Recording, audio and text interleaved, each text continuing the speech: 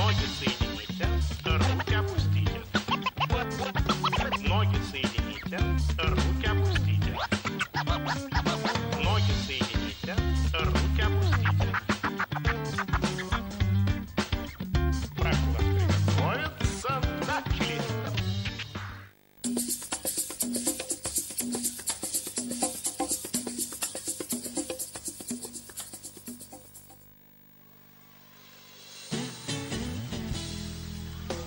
La 4e édition du Forum des marchés émergents sur l'Afrique a eu lieu les vendredis 21 et samedi 22 juin 2013 à Abidjan, la capitale économique de la Côte d'Ivoire. Ce forum organisé par Emerging Market Forum, le Forum des marchés émergents, organisation à but non lucratif basée à Washington aux États-Unis, en partenariat avec le gouvernement ivoirien, a vu la participation d'environ 90 leaders et experts du monde politique, des organisations régionales et internationales, ainsi que du secteur privé, représentant 20 pays de 4 continents. Cette rencontre internationale a été surtout marquée par la présence de Horst Köhler, ancien directeur général du Fonds monétaire international et ancien président de la République fédérale d'Allemagne, Michel Camdessus, ancien directeur général du Fonds monétaire international et gouverneur honoraire de la Banque de France, Benjamin Mkapa, ancien président de la République unie de Tanzanie, et Raila Odinga, ancien premier ministre du Kenya. Le président de la République de Côte d'Ivoire, Alassane Ouattara, a ouvert dans l'après-midi du vendredi 21 juin à l'Hôtel Ivoire Sofitel les travaux de cette 4e édition du Forum des marchés émergents.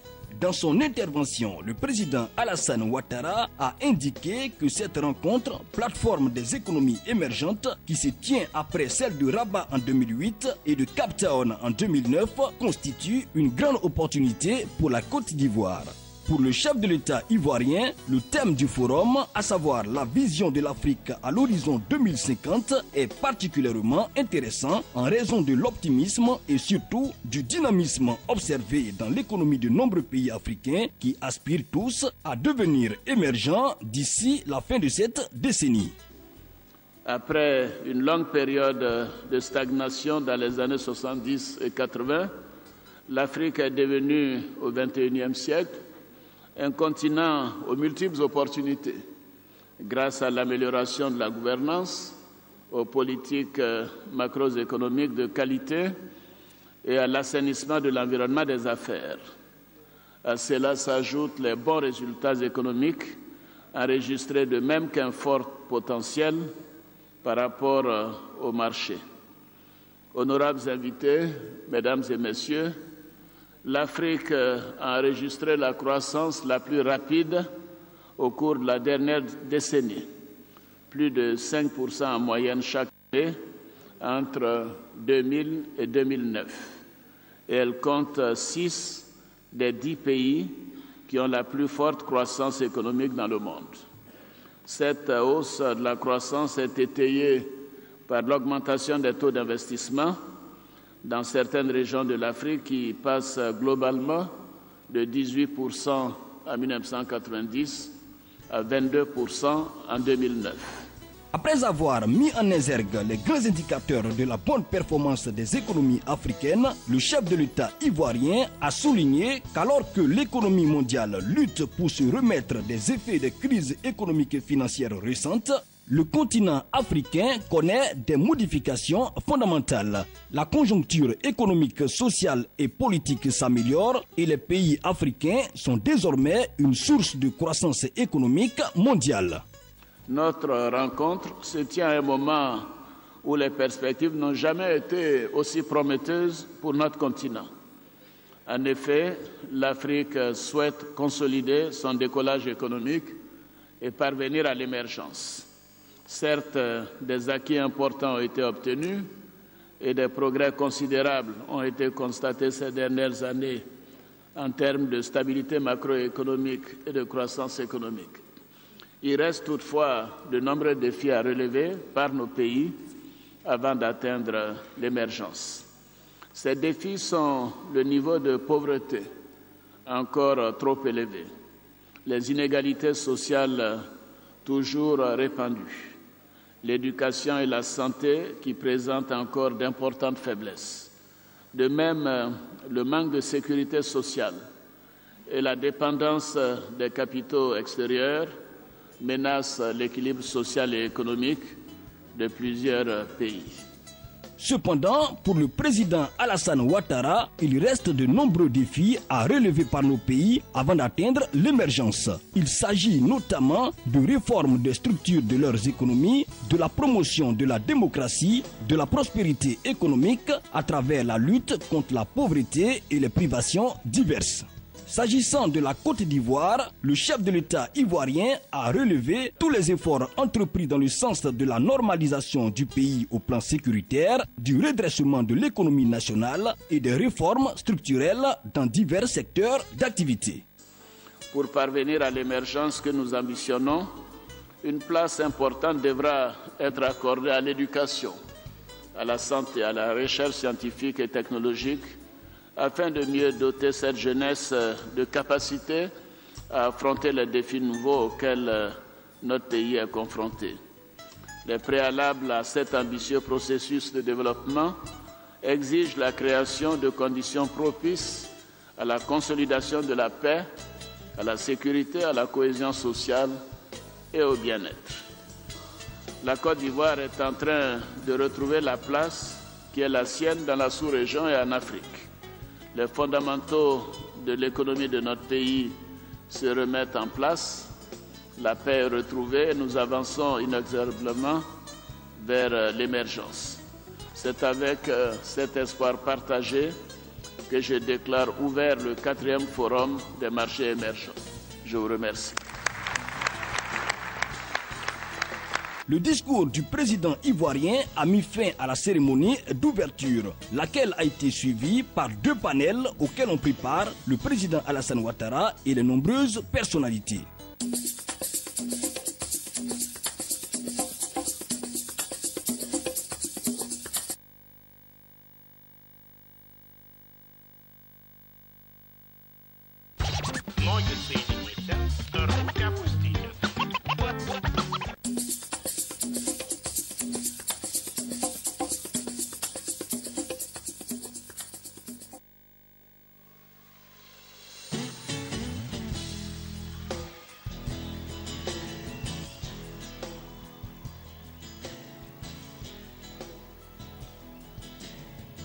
Tenue du 21 au 22 juin 2013 à Abidjan en Côte d'Ivoire, la 4e édition du Forum des marchés émergents sur l'Afrique a tenu toutes ses promesses. Cette grande rencontre internationale a rassemblé les leaders des gouvernements et du monde des affaires au niveau international afin de débattre des questions économiques, financières et sociales auxquelles les économies émergentes sont confrontées, avec pour objectif réduire les inégalités entre les pays en facilitant l'échange d'expériences, le débat politique et l'engagement du secteur privé pour atteindre l'objectif commun d'une croissance et d'un développement durable. Les discussions ont porté durant ces 2 jours sur les perspectives et stratégies de développement en Afrique. Dans le même cadre, les experts ont eu à plancher sur les questions du nouveau rapport de ce forum Afrique 2050, réaliser pleinement le potentiel du continent. Outre les conclusions de ce rapport, 5 principaux thèmes ont été soumis à la réflexion des participants, à savoir la vision Afrique 2030, la stratégie pour réaliser cette vision, la démographie, l'inclusion et l'équité et la gouvernance. Nous vous proposons un large extrait des interventions des participants lors de la première journée des travaux de ce forum. Si l'Afrique ne se libère pas de la formidable injustice dont elle est victime aujourd'hui, dans la manière dont ses ressources naturelles sont exploitées avec un degré élevé de spoliation des peuples d'Afrique. Il faut le dire comme c'est, il y a là un problème absolument majeur. Alors il se traduit de différentes manières, en particulier à travers les flux illégaux, illicites de financement, d'évasion fiscale. Or, il se trouve que précisément, il y a 3 ou 4 jours, le G8, particulièrement bien inspiré cette année, a annoncé des mesures radicales en ce qui concerne les grands pays industrialisés, de combat contre l'évasion fiscale, de combat pour une plus grande transparence dans les transactions dans ce domaine. Il me semble que le G8 a eu raison de mettre le doigt sur ces problèmes.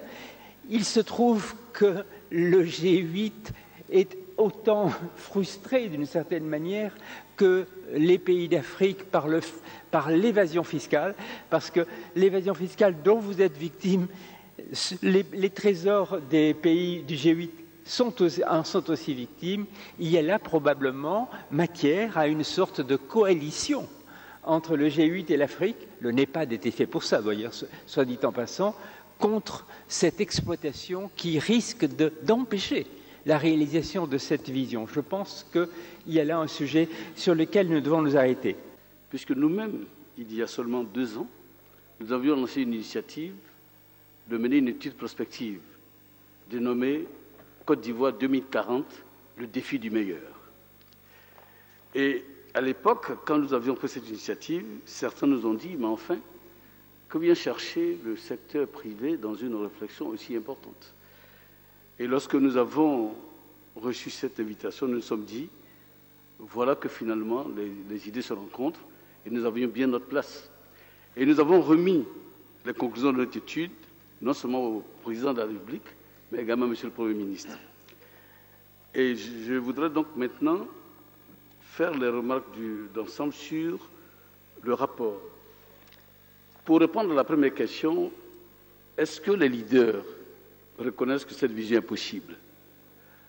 Oui, la vision est possible. Pas facile à réaliser, oui, pas facile à réaliser parce qu'elle est ambitieuse. Mais je pense qu'il faut s'appuyer sur le philosophe grec Sénèque qui dit qu'il n'y a de vent favorable que pour ceux qui savent où ils vont. On a souvent reproché aux Africains d'être réactifs et d'agir devant l'urgence, de ne pas être assez prévenant, de ne pas être proactif et de ne pas avoir de vision. Pour une fois, nous avons une vision. Nous n'allons pas nous plaindre. Nous devons justement voir que cette vision nous permettra de savoir où nous devons aller. Ce que nous apprécions justement dans le rapport, c'est que pour une fois, ce n'est pas que la volonté politique. Parce que souvent dans nos forums africains, quand nous nous retrouvons, on dit toujours qu'il faut de la volonté politique. Cette fois, il n'y a pas que de la volonté politique, nous sommes tous associés, nous sommes tous acteurs. Nous avons chacun une part à prendre. Quelle que soit notre position, en tant que leader, nous avons une position à prendre. Quelle que soit notre génération, nous avons une position à prendre, puisqu'il s'agit de travailler sur 50 ans. Donc ça veut dire que nous sommes ensemble responsables de cette vision. Sa réussite dépendra de nous tous. Donc chacun de nous a à prendre sa part. Et c'est ce qui fait que nous nous réjouissons de cela, parce que nous sommes, comme on dit, dans un même bateau. Donc c'est une chance de voir la vision se réaliser si nous nous mettons ensemble. Parce que là, on se rend compte que c'est ensemble que nous réussirons ou nous périrons ensemble. Donc nous devons réussir. Si nous voulons que la vision soit réalisable, il faut que nous ayons de la détermination.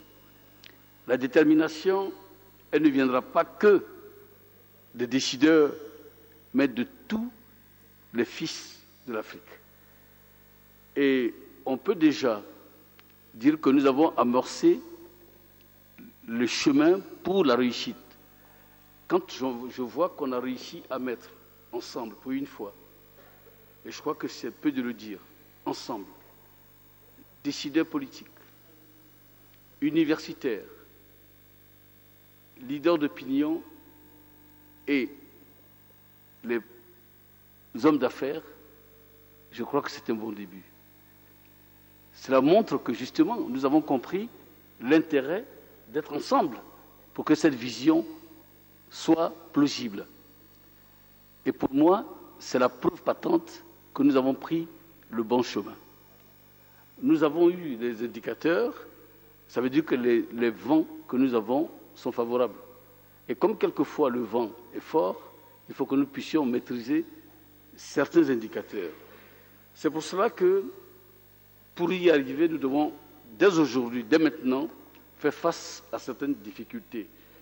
Le rapport, je l'ai dit, est très bien. C'est un rapport que j'ai parcouru de bout en bout. Et nous avons remarqué qu'il était global. Mais comme tout rapport, il manque quelque chose. Je l'ai dit à l'aide des rédacteurs du rapport, que le rapport ne parle pas suffisamment de protection sociale. Le président de la République de Côte d'Ivoire en a fait mention tout à l'heure.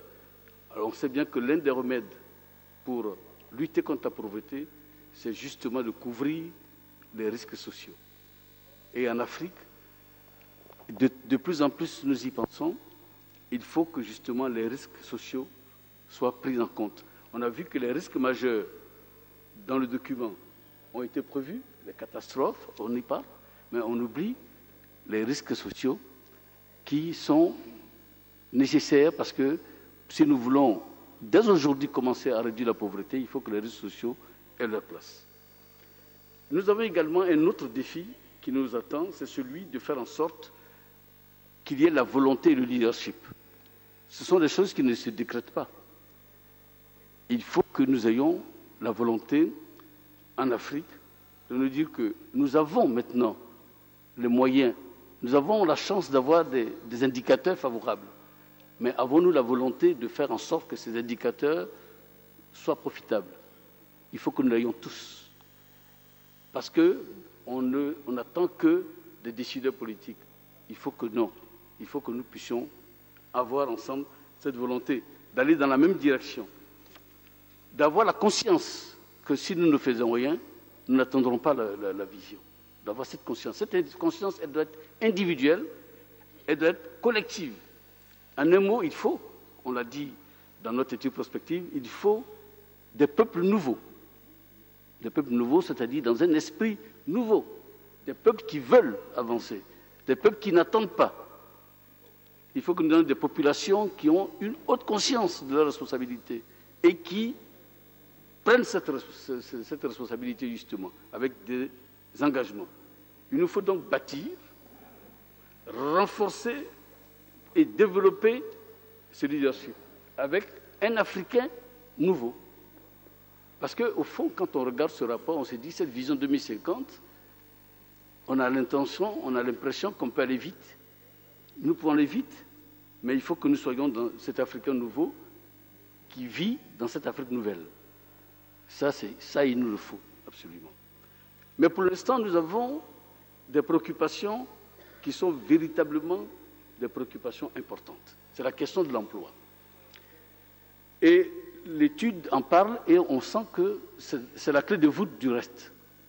Cette question, à la limite, on peut la considérer comme l'un des obstacles qu'il faut absolument franchir, mais franchir en ayant la claire vision de ce que personne ne peut tout seul, je vais parler de gouvernement, le gouvernement peut tout seul résoudre les problèmes de l'emploi. Le secteur privé en a pris conscience et a compris qu'il faut absolument qu'il prenne sa part. Parce que de plus en plus, c'est lui qui va aider à la création d'emplois.